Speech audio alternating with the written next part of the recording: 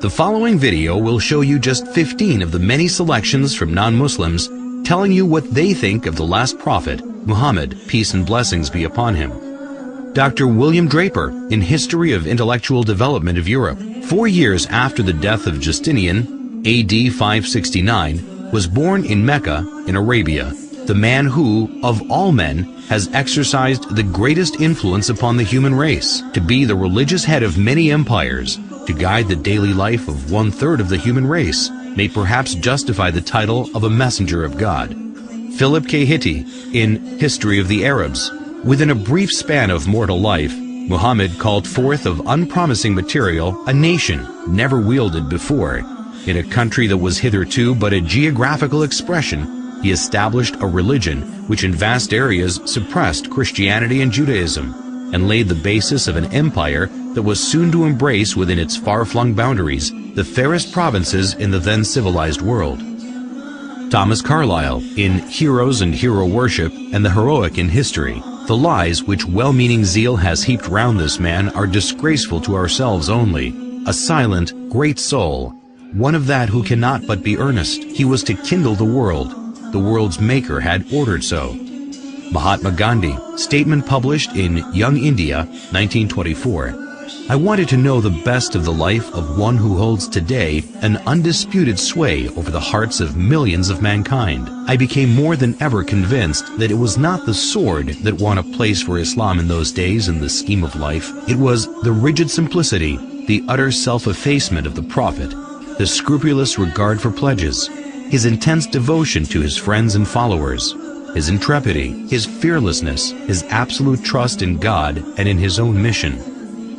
These, and not the sword, carried everything before them and surmounted every obstacle. When I closed the second volume of the Prophet's biography, I was sorry there was not more for me to read of that great life. Edward Gibbon and Simon Oakley, in History of the Saracen Empire, London, 1870. The greatest success of Muhammad's life was effected by sheer moral force. It is not the propagation, but the permanency of his religion that deserves our wonder. The same pure and perfect impression which he engraved at Mecca and Medina is preserved after the revolutions of 12 centuries by the Indians, the African and the Turkish proselytes of the Quran. The Mohammedans have uniformly withstood the temptation of reducing the object of their faith and devotion to a level with the senses and imagination of man. I believe in one God, and Muhammad, the Apostle of God, is the simple and invariable profession of Islam. The intellectual image of the deity has never been degraded by any visible idol. The honors of the Prophet have never transgressed the measure of human virtue, and his living precepts have restrained the gratitude of his disciples within the bounds of reason and religion. Reverend Bosworth Smith, in Muhammad and Mohammedanism, London, 1874. Head of the state as well as the church, he was Caesar and Pope in one. But he was Pope without the Pope's pretensions, and Caesar without the legions of Caesar, without a standing army, without a bodyguard, without a police force, without a fixed revenue. If ever a man ruled by a right divine, it was Muhammad, for he had all the powers without their supports. He cared not for the dressings of power. The simplicity of his private life was in keeping with his public life. In Mohammedanism, everything is different here. Instead of the shadowy and the mysterious, we have history. We know of the external history of Muhammad, while for his internal history, after his mission had been proclaimed, we have a book absolutely unique in its origin, in its preservation, on the substantial authority of which no one has ever been able to cast a serious doubt. Gibbon, in The Decline and Fall of the Roman Empire, 1823. The good sense of Muhammad despised the pomp of royalty. The apostle of God submitted to the menial offices of the family. He kindled the fire, swept the floor, milked the ewes, and mended with his own hands his shoes and garments. Disdaining the penance and merit of a hermit, he observed without effort of vanity the abstemious diet of an Arab. De Lacy O'Leary, in Islam at the Crossroads, London, 1923. History makes it clear, however, that the legend of fanatical Muslims sweeping through the world and forcing Islam at the point of sword upon conquered races is one of the most fantastically absurd myths that historians have ever repeated. Sir George Bernard Shaw in The Genuine Islam, Volume 1, Number 8, 1936. If any religion had the chance of ruling over England, nay, Europe, within the next 100 years, it could be Islam. I have always held the religion of Muhammad in high estimation because of its wonderful vitality. It is the only religion which appears to me to possess that assimilating capacity to the changing phase of existence which can make itself appeal to every age. I have studied him, the wonderful man, and in my opinion, far from being an antichrist, he must be called the savior of humanity. I believe that if a man like him were to assume the dictatorship of the modern world, he would succeed in solving its problems in a way that would bring it the much-needed peace and happiness. I have prophesied about the faith of Muhammad that it would be acceptable to the Europe of tomorrow as it is beginning to be acceptable to the Europe of today. Michael Hart in The 100, a ranking of the most influential persons in history, New York, 1978. My choice of Muhammad to lead the list of the world's most influential persons may surprise some readers and may be questioned by others, but he was the only man in history who was supremely successful on both the secular and religious level. It is probable that the relative influence of Muhammad on Islam has been larger than the combined influence of Jesus Christ and St. Paul on Christianity. It is this unparalleled combination of secular and religious influence which I feel entitles Muhammad to be considered the most influential single figure in human history. W. Montgomery Watt in Muhammad at Mecca, Oxford, 1953. His readiness to undergo persecution for his beliefs, the high moral character of the men who believed in him and looked up to him as a leader, and the greatness of his ultimate achievement all argue his fundamental integrity. To suppose Muhammad an impostor raises more problems than it solves. Moreover, none of the great figures of history is so poorly appreciated in the West as Muhammad. Thus, not merely must we credit Muhammad with essential honesty and integrity of purpose, if we are to understand him at all.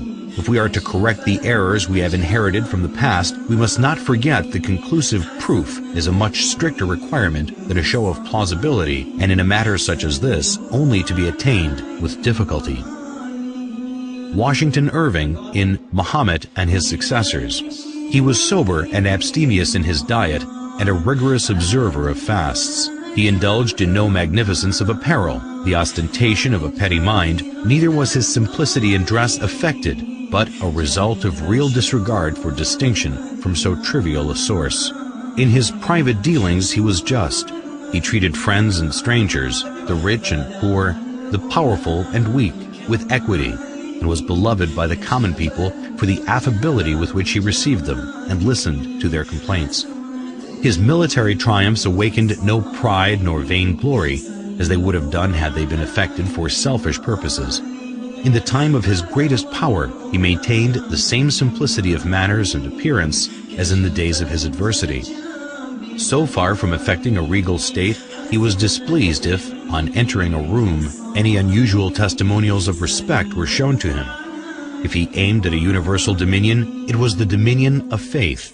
As to the temporal rule which grew up in his hands, as he used it without ostentation, so he took no step to perpetuate it in his family. James Michener in Islam, the Misunderstood Religion, Reader's Digest, May 1955, pages 68 to 70.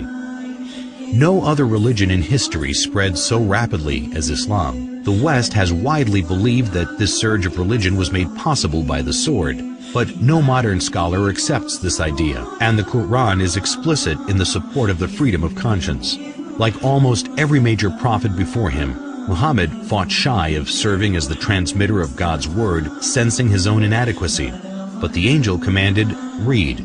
So far as we know, Muhammad was unable to read or write, but he began to dictate those inspired words which would soon revolutionize a large segment of the earth. There is one God. In all things, Muhammad was profoundly practical. When his beloved son Ibrahim died, an eclipse occurred, and rumors of God's personal condolence quickly arose. Whereupon Muhammad is said to have announced, "An eclipse is a phenomenon of nature. It is foolish to attribute such things to the death or birth of a human being." At Muhammad's own death, an attempt was made to deify him, But the man who was to become his administrative successor killed the hysteria with one of the noblest speeches in religious history. If there are any among you who worshipped Muhammad, he is dead. But if it is God you worshipped, he lives forever. Lawrence E. Brown in The Prospects of Islam, 1944. Incidentally, these well-established facts dispose of the idea, so widely fostered in Christian writings, that the Muslims, wherever they went, forced people to accept Islam at the point of the sword. Alphonse de Lamartine in Histoire de la Turquie, Paris, 1854. Never has a man set for himself, voluntarily or involuntarily, a more sublime aim, since this aim was superhuman, to subvert superstitions which had been imposed between man and his Creator, to render God unto man, and man unto God, to restore the rational and sacred idea of divinity amidst the chaos of the material and disfigured gods of idolatry then existing. Never has a man undertaken a work so far beyond human power with so feeble means, for he, Muhammad, had in the conception, as well as in the execution of such a great design, no other instrument than himself, and no other aid except a handful of men living in a corner of the desert. Finally, never has a man accomplished such a huge and lasting revolution in the world, because in less than 2 centuries after its appearance, Islam, in faith and in arms, reigned over the whole of Arabia and conquered in God's name Persia, Khorasan, Transoxania, Western India, Syria, Egypt, Abyssinia, all the known continent of northern Africa, numerous islands of the Mediterranean Sea, Spain, and part of Gaul. If greatness of purpose, smallness of means, and astonishing results are the 3 criteria of a human genius, who could dare compare any great man in history with Muhammad? The most famous men created arms, laws, and empires only. They founded, if anything at all, no more than material powers which often crumbled away before their eyes. This man moved not only armies, legislations, empires, peoples, dynasties, but millions of men in 1/3 of the then inhabited world. And more than that, he moved the altars, the gods, the religions, the ideas, the beliefs, and the souls. On the basis of a book, every letter which has become law, he created a spiritual nationality which blends together peoples of every tongue and race. He has left the indelible characteristic of this Muslim nationality, the hatred of false gods, and the passion for the one and immaterial God. This avenging patriotism against the profanation of heaven formed the virtue of the followers of Muhammad. The conquest of 1/3 the earth to the dogma was his miracle, or rather it was not the miracle of man, but that of reason. The idea of the unity of God, proclaimed amidst the exhaustion of the fabulous Theogonies, was in itself such a miracle that upon its utterance from his lips, it destroyed all the ancient temples of idols and set on fire 1/3 of the world.